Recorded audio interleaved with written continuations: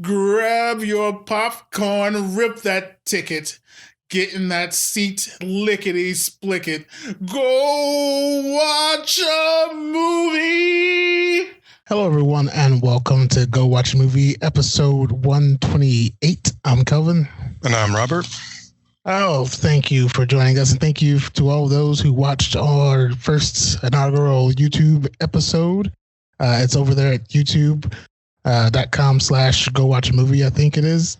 But yeah, check that out. It's there. But today we are going hunting. You ready to go hunting? Sure. I would rather go hunting than be hunted. We are doing Blumhouse Productions' The Hunt, and I am looking forward to this. You got it wrong, bitch!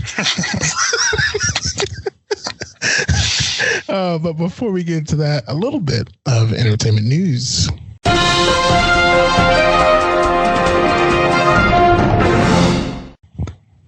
All right. First things first, Wonder Woman. Everyone was curious about when it was going to be released because so many things are going to VOD and video on demand, and or just getting pushed back. Warner Brothers kind of took their time trying to decide on what to do, which I think was a smart move. It moved to August 14th. Mm-hmm. Something you looking forward to, Wonder Woman? Absolutely. I had fun with the first one, so I'm definitely looking for more. Yeah, it was a good time with that first one. Still waiting to see that jumping on the swing thing, or to see how that plays out. But yeah, other than that, I'm looking forward to it. All right. Are you a fan of Clone Wars, sir? Star Wars? I've seen bits and pieces of it, but I'm not a huge fan. I wouldn't say I'm a fan. Gotcha. Well, you know, Ahsoka, Anakin's little Padawan during that time period. Mm-hmm. Rosario Dawson has been cast as her in The Mandalorian Season 2. Mandalorian set about 5 years before The Force Awakens, so she's going to be a little bit older, a lot bit older, I guess, since that's 30 some odd years, I think. After the Clone Wars, but she's that news just got released, so she's going to be the first actual not cartoon version of her. What do you think? Have you watched any of Mandalorian yet? I have not. I've been avoiding it. Why is that? Because I'm waiting to see if it's going to come out in a different venue. Format? Yes. I don't want to jump on board the bandwagon. I want to. As soon as it's going to come out, and I'm going to be able to see it. But they're 100% sure they're going to put it out on disc here soon. Mm-hmm. That's more than likely when I will see it. Right now, it's their bread and butter. Mm-hmm. But that's like the only thing I don't. Plus, I'm almost Star Wars out. But if that's their only good thing, then I want to pay for it. If that's all that it's going to be. Sad. I mean, unless you want some nostalgia. I don't want to say it's their only good thing. That's a little harsh. But I know what you mean. But I mean, it's full of all of those old cartoons and old movies that you love. They're pushing out the Star Wars on there a lot faster now. So it has stuff, but that was its own. Yeah, that was one of the only new originals that's catered towards our target audience market. Right. But yeah, that's my PC answer. But it is extremely good and well worth the watch, in my opinion. That's what I'm hearing. Everybody says good things about it. Especially if you love westerns, westerns with the Force. And I mean, because it's about a Mandalorian who then they are kind of like the man with no name anyway. They just wander hunting people, bounty hunter style. Mm-hmm. But yeah, I like it. It's real good. That brings us to a little debate that's been going on all across the internet, I guess, with Marvel movies so far away. The socials kind of had to find something to do. So they started debating over movies, Marvel movies that are already out. This debate involves Iron Man 3 versus Thor: The Dark World. Which one is the worst Marvel movie? Why just those two? Why not the whole the whole lot? I'm not sure. Like, I guess the fans have narrowed it down and they've come to the conclusion that one of those two is the worst. I don't know. I guess those people haven't seen Swamp Thing. Not Swamp Thing, or Man Thing. I'm sorry. Man Thing. Yes. I think they're talking about it out of the Infinity Saga. Yeah, okay, but I agree. If they were to go Man Thing, then yeah. Watch Man Thing, people. Watch it. It's horribly bad, but oh man. What do you think though? Thor: Dark World, Iron Man 3. I you know what? I was entertained by both of those movies. I guess I like Thor more than I liked Iron Man 3, but I don't know. There's parts to both of those that I really enjoyed. I mean, I can still sit and watch them and be entertained. So I don't know. I wouldn't say worst for either one of those, because I thoroughly enjoyed. Well, I can't lie. Thor 2 was not my favorite of the Marvel movies. Was not the biggest fan of Thor: The Dark World. It wasn't bad, like by any stretch. I just struggled with it. I don't know why, but I think. Well, it may just be better. Like the first one was kind of a sleeper hit, and then the third one was like kind of a breakout. Like you can't believe like how good it was. They brought the humor, and I think it was they struggled with how to treat him in the movies. Like, do you go serious or do you go like humorous? Yeah, and that's something he said he wanted to go full on humorous because he felt dead inside, I guess, after 2. I just love, as far as Iron Man 3, it was kind of him finding himself. Like he had to understand that Tony was just as much of a hero as Iron Man, which I think was needed for later movies as well. Mm-hmm. But yeah, I mean, to each their own. It looks like we're split here. But that's okay. Yeah, but let's discuss the showbiz.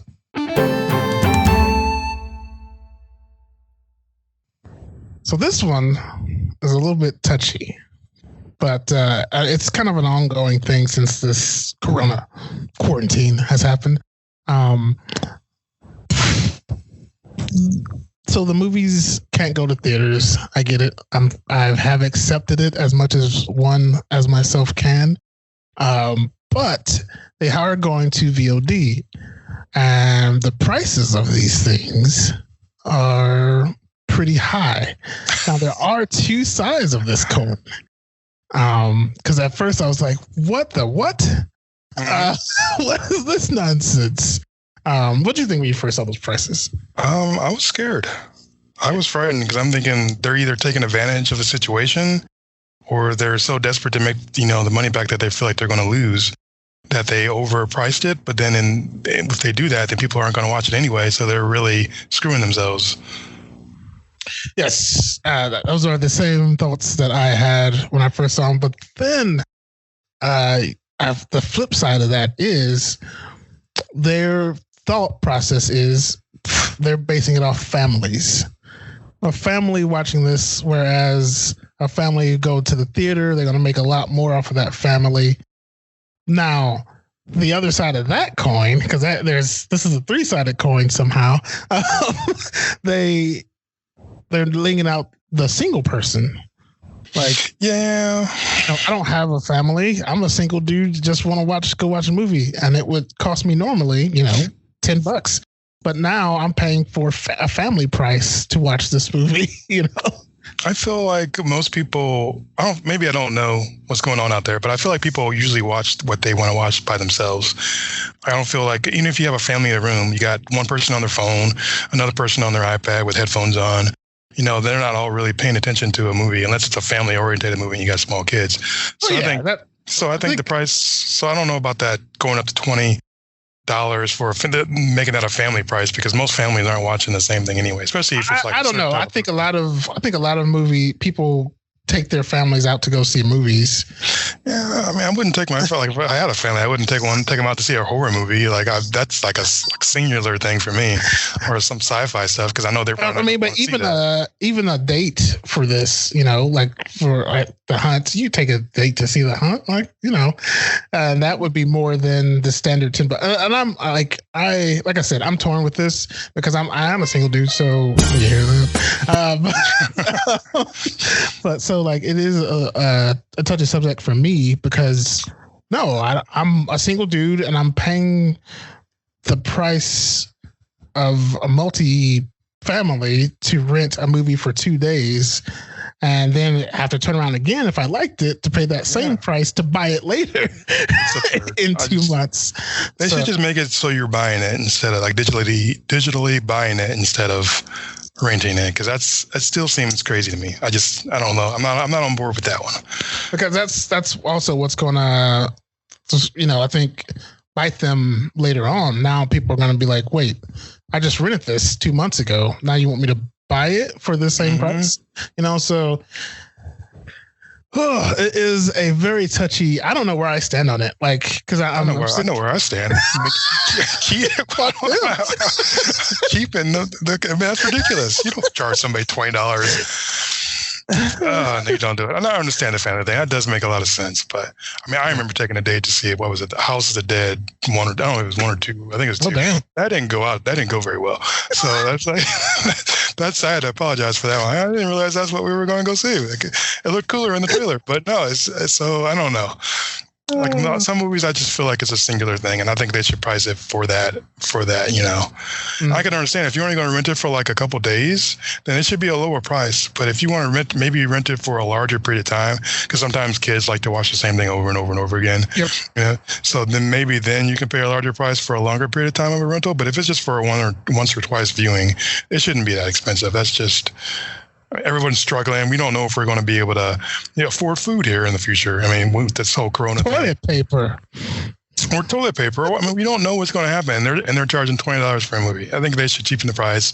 Give America a break. Everybody chip in and let's just make life a little more bearable instead of trying to profit. Yeah, and I mean, this whole thing is going to change the landscape of movies, and I know they're terrified right now of that. I should say we are terrified of that right now because we don't know what's going to happen. We don't know if this is going to become the norm. We don't know. I mean, China has started reopening theaters already, and they're showing past blockbusters now because there's not much else they can put in there, to fill seats. But I don't think we're anywhere near that over here. But I'm hoping for a fix, and there's something's got to give. Well, I don't know. People stay home for a while, and then we flatten the curve, then I think it will be okay.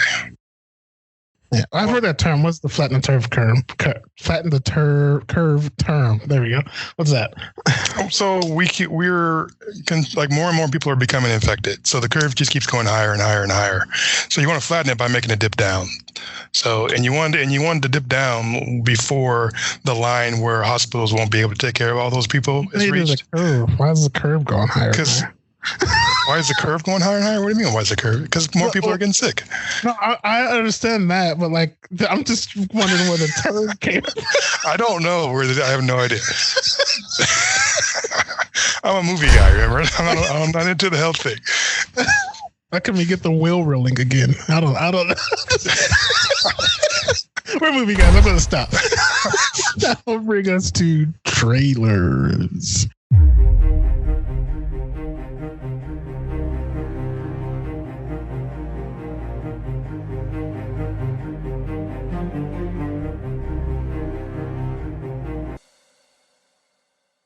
You first or me, sir?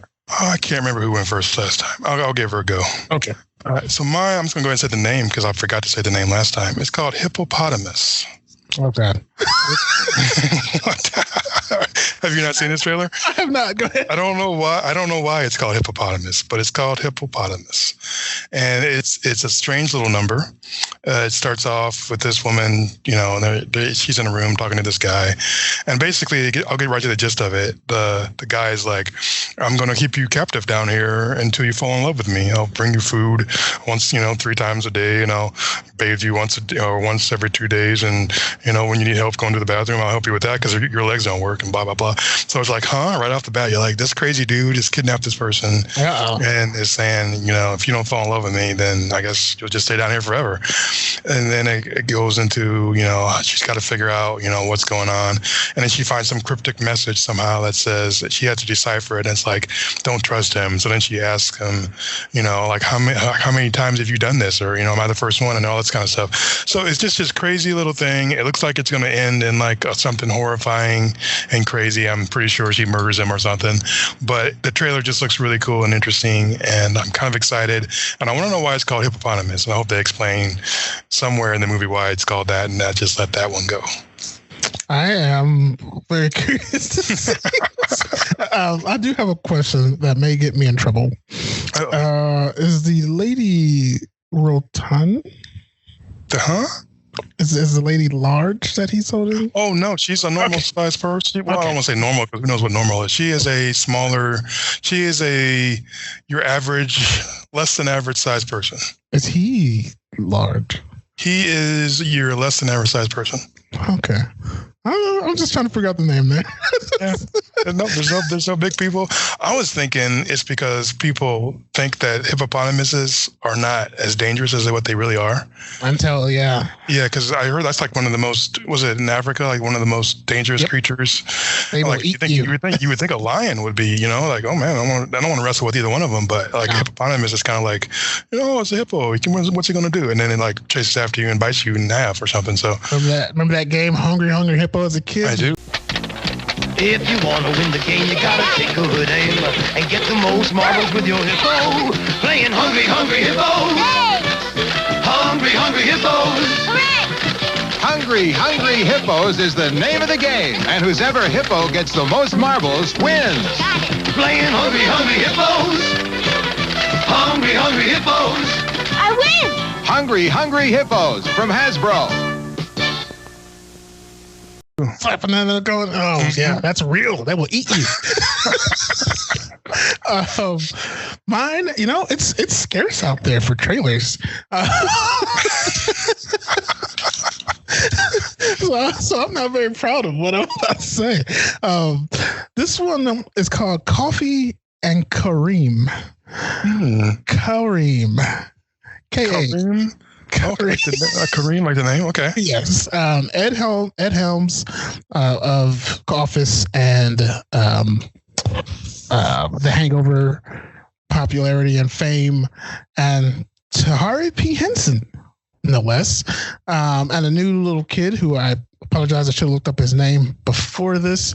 Ed Helms plays a cop, and his name is Coffee, and he's dating Tahari P. Henson, and her son is named Kareem. And this is a Netflix film coming out. He doesn't like that this white man, these are his words, is dating his mom, and he wants to end it. I guess he caught them having sex, so he sets up Ed Helms to get killed on his beat, like a take your kid to work day. Mm-hmm. And they end up witnessing a murder, and the murderers go after them, and the hilarity ensues. And then they probably bond, and then he's okay with them. And he is a foul-mouthed little bastard, this Kareem. Mm-hmm.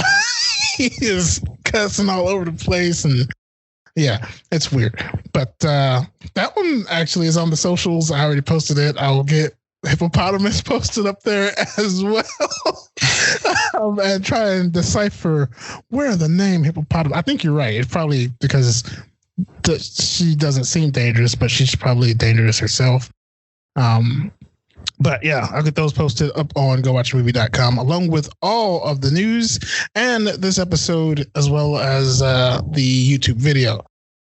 But now I'm getting a little nervous and I'm getting a little scared because I think we're being hunted, sir. Yeah. that will bring us to The Hunt. Watchbot, if you would not mind. First of all, last week was my YouTube debut, and you did not let me shine, you jackass. But I will be the professional one and do my job. 12 strangers wake up in a clearing. They don't know where they are, or how they got there. In the shadow of a dark internet conspiracy theory, ruthless elitists gather at a remote location to hunt humans for sport. But their master plan is about to be derailed when one of the hunted, Crystal, turns the tables on her pursuers. Director, Craig Zobel. It stars Betty Gilpin, Hilary Swank and a host of others. Now get on with it, you jerks. Thank you, Watchbot. Apologize. You got a little indignant there. Apologize. We didn't introduce you properly last week for your big screen debut. Sorry about that, sir. But we will get on with it. Well, so Blumhouse. This is our third Blumhouse in so many weeks. They did Fantasy Island and there's one other that I forget here. Oh, Invisible Man was theirs as well. So yeah, they are on a roll here. Gotta tell you, this movie hit all notches. What it tackled everything from racism to socialism to like social media to bigotry to like everything. They hit it, but in a way to where they weren't shoving it down your throat. They still gave you something palatable to enjoy. And my goodness, it was a treat. What do you think of this one, sir? I concur. I mean, satire is great, and I like that they use that with all these things to, give us a great story, and it has like an actual moral and deep message towards the end. There's surprises, not only just humor and then action, and I don't know. It's like a total package. It's an enjoyable. I don't understand why, like, it isn't doing better than I see that it's doing. This movie has had one hell of a rocky road. So its original release was supposed to be last year sometime, but then the school shooting happened, and they didn't feel the studio didn't feel comfortable with releasing it. So they pulled it from theaters, and we didn't know if it was coming out or not. And luckily, all of a sudden there was a light. Oh my God, it's back. A new trailer came out for it. And we were excited again. I think we talked about it both times on Trailer Showed episodes when they re-released the trailer. And then Corona. So they released it to theaters first, which, they at the time they didn't realize how hard I guess theaters were going to get hit. So yeah, they released it to theaters first, and it like Bloodshot suffered greatly because nobody, no one felt safe to go to theaters. So, and then now it's going on video on demand, which I recommend renting it. Despite our Let's Discuss the Showbiz conversation. Yeah, so I think that has a lot to do, long story longer, has a lot to do with why it's doing so low at the moment. Unless you were just talking about dumb critics, but but yeah, I like where do we even start here? Like our shining hero. I love the opening. Yeah. I think it's one of the, like, I think it's really clever that started out with that. Like, you're just reading it like series of text messages. Mm-hmm. It really, like, for me, I thought that was fun. Just the way I like that you recreated that today on our text chain. Really, I really like that a lot. I thought that was a clever way to open the story, and it made a lot of sense because you don't know, like, and I can almost not talk about the movie without saying spoilers right away. I'm going to give away so much, so I might as well just go ahead and do it now and just say spoilers. Spoilers. Yeah. So you don't know if they're being serious or not. You assume that they're being serious. I mean, the movie is called The Hunt, so you assume that is actually what's going to happen. But then it gets revealed later that other things are happening. So I just thought that was a great way to open it up because even as an audience member, you're believing, the nonsense, and then you find out later that maybe you shouldn't just believe everything you read, or whatever. So that that is one of the biggest messages I think this movie delivered, because we're in a world where social media kind of dictates everything, and people believe the first headline they read, and they comment on it, and they spread it like wildfire, and it burns just like wildfire, and it burns bridges, it burns films, it burns governments now, and they tackled that, the fact that is happening in such a fun,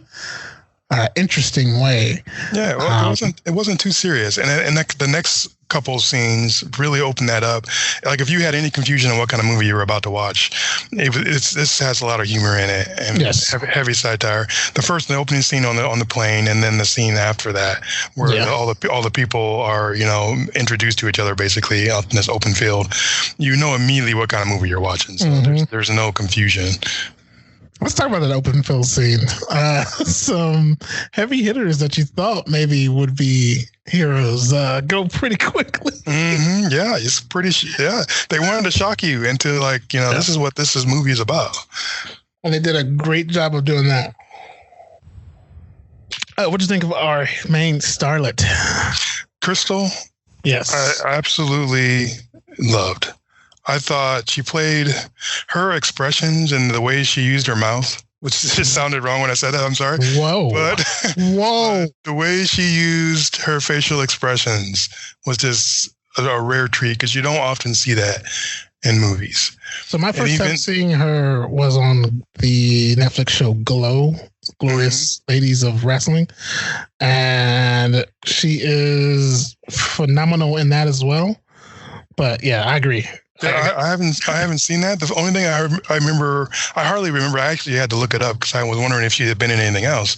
And I guess she was in The Grudge, this last Grudge here that just came out, and I could barely recognize her because I hadn't really paid her any mind in that movie. I guess she wasn't given the correct role in that one to really shine. But in this movie, she was given something that she could just run with herself. And then I see her as this character, and I wouldn't want to see anybody else playing this part. I gotta agree with you 100%. That she did that's the Southern drawl she did. It's fantastic. And that's another little stereotype that's she's quote unquote, I'm quoting here, dumb blonde from Mississippi. And she was not at all. Like, you have all the people who, the gun toting guy, Dan, who has one of my favorite lines. Can you do this? Well, then you can shoot a gun. But yeah, she was just fantastic, phenomenal, and I can't wait to see her more stuff, because she's proven. Well, she wrestles in Glow as well, but she's proven that she can be that action heroine, and hopefully we get to see her, getting some more roles like that, because that would be pretty fantastic. Yeah, she can definitely lead a cast. I mean, I feel like she was the best thing in this movie.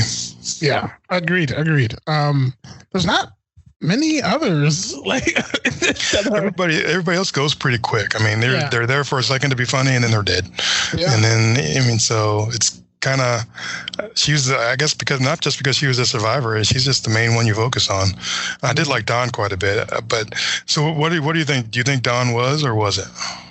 I don't think he was. I think he was toying with her. I think she was toying with. Athena was toying with Crystal. Right. But it backfired. Yeah, I agree. If that's the way I felt first time I watched it, I actually watched it a couple of times.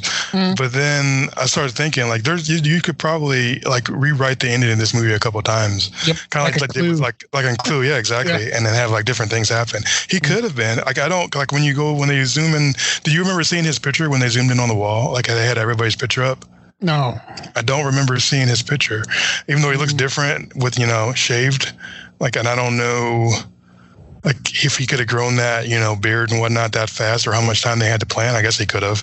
But I didn't notice his picture up, so that's a possibility that he wasn't on it, and that she was hoping. But then it's kind of weird that he would help that lady kill all of his partners. But then maybe that was part of what's her name, Athena's plan to get rid of all the evidence, and maybe ended after that, after they did the one killing spree and deal with Snowball. Yeah, so there's all kinds of different possibilities here, but I don't think, probably he was not. He probably was one of the people who were being captured and hunted, but I could see it written the other way. He made the wrong choice pulling that gun. Oh man, yeah, and just her. They gave her some fantastic kill lines, and just the way she played with everybody. I loved it. What do you think of? Was it Athena? Athena. Yeah. Because I guess she's the other only, real person. Yeah, Hilary Swank did a great job. I think she did a good job. She definitely did some working out for this role. 8 months. You could tell. Yeah, apparently according to the movie. But she looked the part, and I don't know how many of those scenes that they actually did. I mean, how many? The stunt doubles. I'm sure there were some, obviously, but from what you see, I mean, they definitely are in there giving it their all. Yeah. They have one of my favorite scenes. I'm sorry, go ahead. I was a little confused why they hid her identity kind of in the beginning of the movie. Yeah, there was no need to. And they kind of revealed her later. I don't know why they did that. I was trying to figure it out, but maybe I'm just not digging deep enough. I mean, I'm going to have to give this another watch when it comes around and I buy it again. Right. But, yeah, one of my favorite scenes with those two was, and I'm ruining things, so we already said spoilers though, but they're both laying there, and she kind of reveals that big spoiler here, so please turn away if you have not seen it. She got the wrong person, because those keyboard gangsters are just a name, and it could be anybody. So she eventually got the wrong person. I was like, that's amazing, because it says so much to the world today, Yeah, well, she definitely confirms it when they're both laying there, but she does say it earlier when they're just standing there in the kitchen, and she's giving Crystal the grilled cheese speech. Oh yes. So and I really like that, because Athena really thought she had a dumb blonde, and she was so much smart. She was the smartest person in the room. She did not realize that the other person was actually the smartest person in the room, and she's goading her, telling her this is why I'm doing this to you, and blah blah blah. But by the way, I wonder if Don really was working with me or not, because you just killed him and blah, blah, blah, trying to, really mess with her head. And then Crystal completely turns it, around and was like, I'm not even the person you think I am. Now, what do you think of that? Yeah. So if she was just playing with her the same way that she was being played with, that's even just as good for me. Either way. Agreed. Agreed. But yeah, fantastic movie. I hope more people get out there and see it, or stay in here and see it, because that's what we're doing now. But yeah, spend the money. Even if you got to pitch in with your family and I would say friends, but I guess that's not social distancing. Just have them PayPal you some money and all rent it together, and then just watch it and talk about it, because it deserves to be seen. Absolutely. Should we address one of the issues in the movie where they discuss whether or not it's okay to call black people or African American? Sure, let's go there. So what do you? Is it okay now, or is it not okay? What is the correct? I've never had an issue with being called a black person, because it's what I was called. In fact, being called African American was more weird to me, because I heard that less growing up. So I've never had a problem with being called a black person, because that's always been what I've been called. So do you think that was an interesting thing that they put in the movie, or do you think there was some hidden thing that they were going for, or you think that was just one more bit of social media and what's appropriate? Or they even tackled the whole female thing, you want me to give you mercy because you're a female? No. And she's like, no, and she gets shot in the fingers. So it's do you think they just wanted to tackle everything? I think they really wanted to tackle everything, all these little triggers, pun intended, that people have, that set them off for for so many little reasons, and I'm not saying that's little because it affects people in different ways. I'm not calling that little, but so there's so many things that set people off, and especially right now, there's so many bigger things that need to be talked about. Like this chick is, I'm sorry, that's a trigger for some people. This lady is murdering people, and she's worried about you called us out about, I just think it's great that they put all that stuff in there, the black thing, the woman thing, like all that stuff. Because that was the Arab American thing got taken out. I see it in the trailer, but I don't. He's like, I'm Arab American now, but I identify as white. But I don't see it I didn't see it in the film. Yeah, no, that wasn't in there. Nope, definitely was not in there. But I just think it's good that they put that stuff in there because, especially in this type of a movie, because it opens up the conversation, and I think it's good that people have this conversation. We shouldn't be all like closed up and not able to like ask each other questions or discuss this type of stuff. We should be able to openly. How else are you going to move forward if you don't just lay it on the table, discuss it, find out what's real and what's not, and then boom, everyone's happy. Well, hopefully. And if they're not happy, I'll shove a grenade down your pants. Any standout moments for you on this one? Oh, there's so many good moments. Like I said, like in the very beginning, like I knew it from the music almost what kind of movie I was watching because it had this sort of like kind of campy, hokey feel at first, and then all of a sudden when the girl falls in the pit and she gets speared by some sharp spikes, I knew then what kind of movie I was watching because she's still talking. They're like, okay, we're going to get you out of there. I'm like, what? You're not going to get her out of there, and they do, and then she gets back in there again, and then she's like snatches the gun. It's just so ridiculous, but so good. Like you immediately understand what you're watching at that point. That was like an opening moment for me that I enjoyed. And then pretty much everything with Crystal, I thought she's like kind of like Gina Davis was in what was it? Okay, Miss Spider. Oh, The Long Kiss Goodnight. Yeah, The Long Kiss Goodnight. Kind of like that. She had all these standout tough moments where you don't expect her to be that, but then she is, and you're like, I totally see it now that you showed me, and I didn't before, so you kind of opened my eyes up. So all of her moments did that, and I love the car scene. Everything about the car scene where she's driving, and she's got Don in the back and the guy on the side who's trying to kill him, and she just slowly reaches up, grabs a hold of the little hand thing, and then just slowly turns around. It's just ridiculous, but it's great. I loved every bit of it. And then her story that she tells at the end of it about the rabbit. Yeah. Because the rabbit always wins. Like, I just loved all of that. It's just, this movie was a rare treat for me. Yeah, I concur. Do you have Rotten Tomatoes pulled up? I do not at the moment. I do. Okay, what do we got there? Well, unfortunately, the critics, the tomato meter is at 53%. You got a little green splat there. And the audience score is only a 66%. God damn it. I feel like you critics can go to hell. I feel like it should be higher. I mean, on both sides, I feel like it should be higher. I think it's, I don't know what, maybe the critics are thinking. People are just seeing the satire and not the smartness. Yeah, probably. These are deeper message there.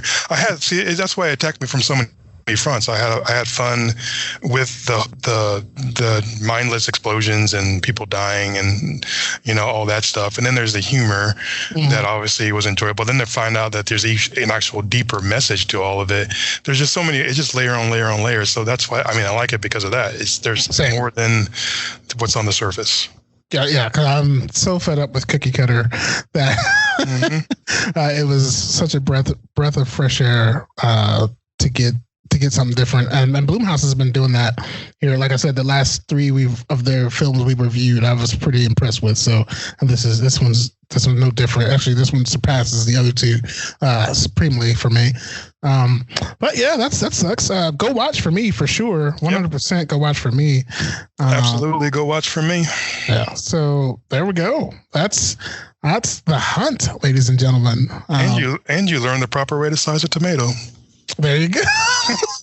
I'm not going to reveal it. I'm going to make you watch the movie to find out. Yes, watch the movie and watch the movie to hear, as Robert said, an alternate version of The Tortoise and the Hare. because that's where we're as well. But yes, where you can find us, GoWatchMovie.com, the one-stop shop for all things entertainment. The trailers are going to be on there. The Hippopotamus will. The podcast is on there. The show is on there above the podcast. I'll switch out episode 2 once it's up and put it on there. Yeah, that is everything. Oh, well, everywhere a podcast can be found, you can find us. iTunes, Spotify. We're on the socials, Instagram, Twitter. Adding to that funness, the trailers, I put a lot of trailers on there. I'll try and find the hippopotamus, but Coffee and Kareem is on there if you want to check that one out. Other than that, that is everything for episode 128. I'm Kelvin. And I'm Robert. Grab your popcorn, stay in and watch rip a that movie. ticket. Get in that seat, lickety split it. Go watch a movie.